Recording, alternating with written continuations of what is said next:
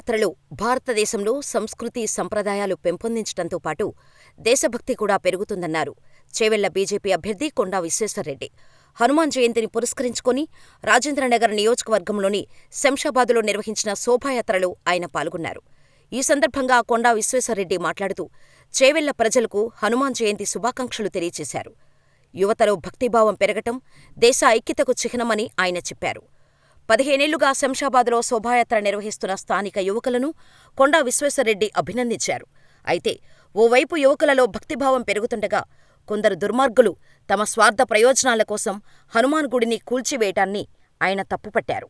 ఈ కార్యక్రమంలో రాజేంద్రనగర్ నియోజకవర్గ బీజేపీ నాయకులు, కార్యకర్తలు, కొండా విశ్వేశ్వర్రెడ్డి అభిమానులు పెద్ద సంఖ్యలో పాల్గొన్నారు. భారతదేశం ధర్మాన్ని కాపాడే వాళ్ళందరికీ అండగా ఉంటాడని అనుకుంటున్నారు.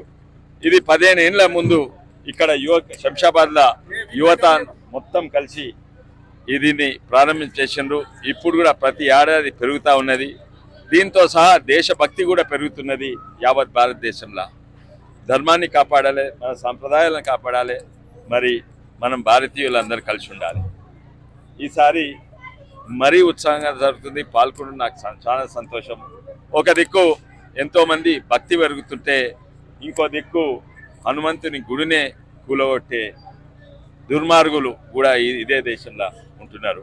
మనం అందరం కలిసి అన్ని మతాలను గౌరవించాలి.